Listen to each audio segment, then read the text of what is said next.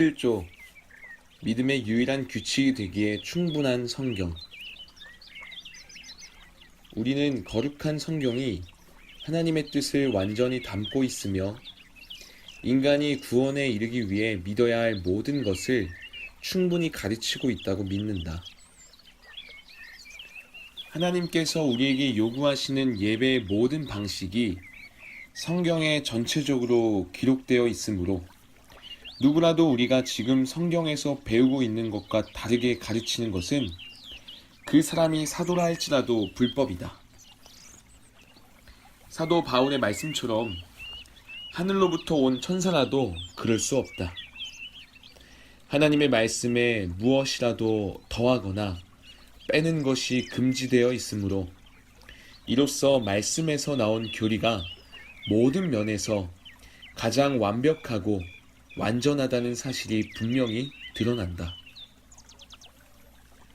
우리는 아무리 거룩한 인간이 쓴 글이라 할지라도 인간의 글과 하나님의 성경에 동등한 가치를 두지 않으며 또한 인간의 전통, 많은 사람의 지지, 오래된 지혜, 시대적 인간적 계승, 공의회, 법령이나 규칙 등을 하나님의 진리와 동등한 가치를 가진 것으로 여겨서도 안 된다.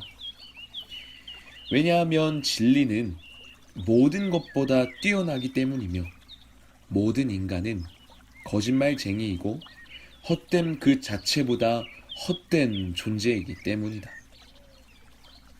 그러므로 우리는 온 마음을 다하여 이 무오한 규칙과 일치하지 않는 모든 것을 거부해야 한다.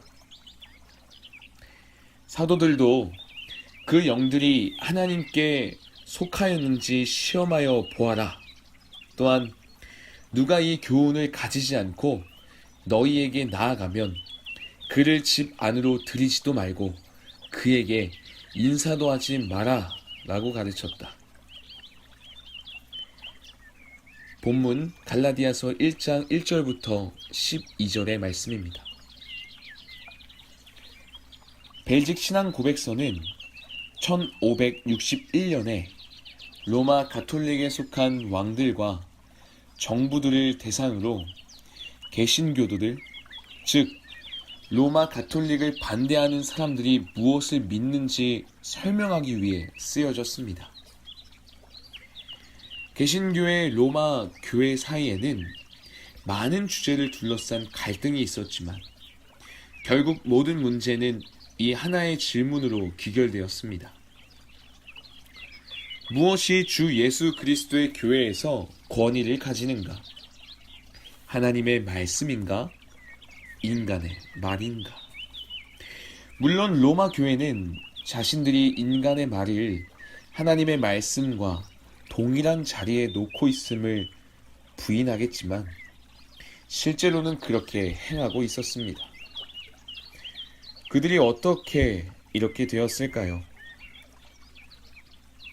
수년간 교회 지도자들은 오직 교회만이 성직자들을 통해 세워진 기관이며 교회만이 하나님의 말씀을 이해하고 해석하고 적용할 수 있는 권리와 능력을 가진다고 믿었습니다.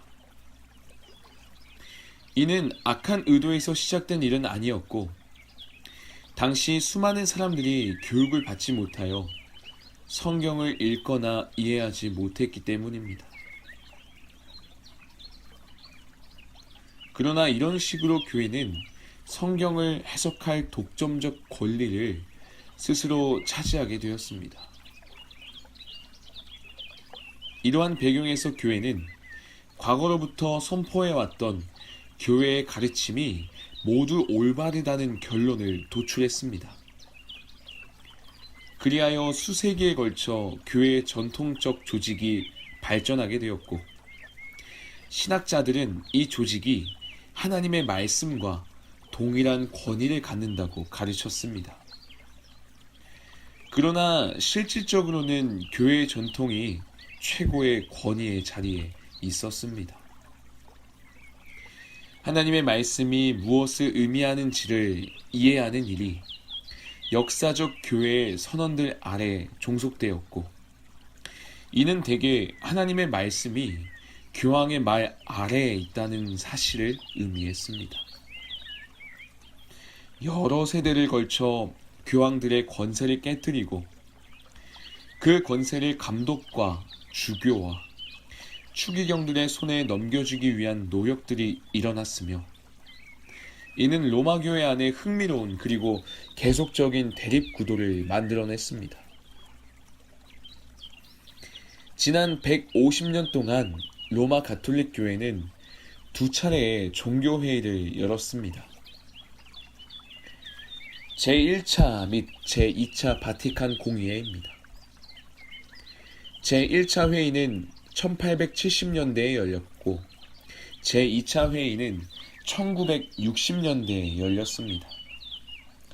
두 공의회에서 모두 중요한 사항들이 결정되었습니다. 특히 제2차 바티칸 공의회에서는 각 지역의 사람들이 사용하는 언어로 미사를 지내는 것을 허락함으로써 답답한 건물에 새 창을 열고자 하였습니다.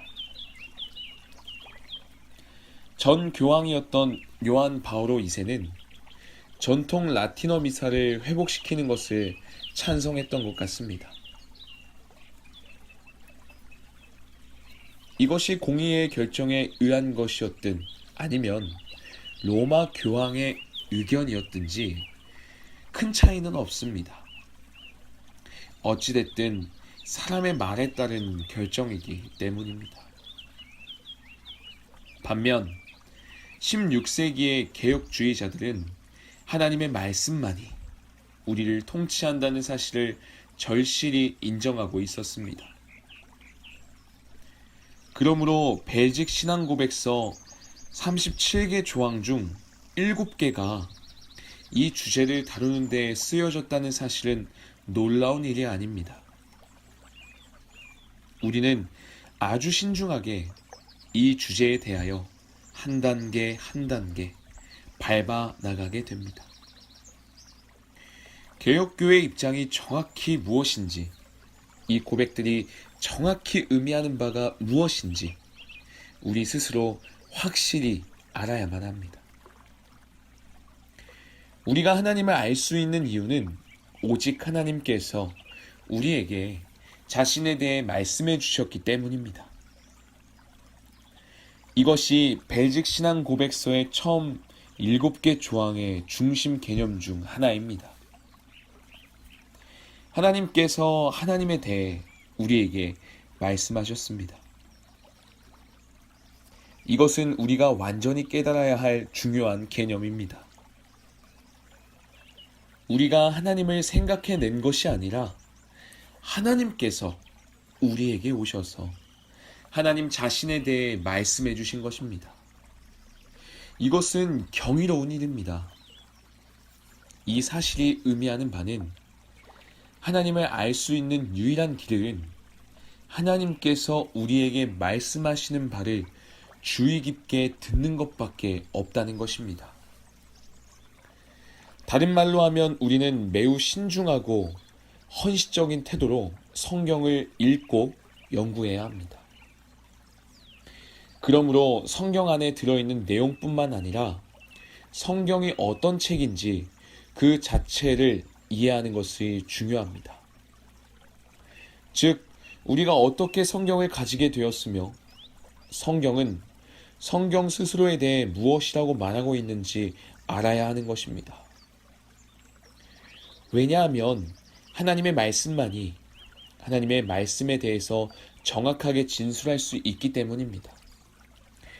그래서 우리는 천천히 그리고 신중히 벨직 신앙 고백서의 처음 조항들을 살펴왔던 것입니다. 뒤따라오는 모든 것들은 하나님의 말씀에 기초하여 하나님의 말씀에서 흘러나옵니다. 그런데 만약 성경에 대한 우리의 기본적 이해가 잘못되어 있다면 갈수록 잘못만 더해질 것입니다. 집을 짓는데 기초가 삐뚤어져 있으면 집 전체가 삐뚤어지게 되듯이 말입니다. 여기서 우리가 연구할 주제는 성경의 충족성입니다. 이를 다음 세 가지 면에서 살펴볼 것입니다. 첫 번째로 성경은 완전합니다. 두 번째로 성경은 거룩합니다. 세 번째로 성경은 하나님의 말씀입니다.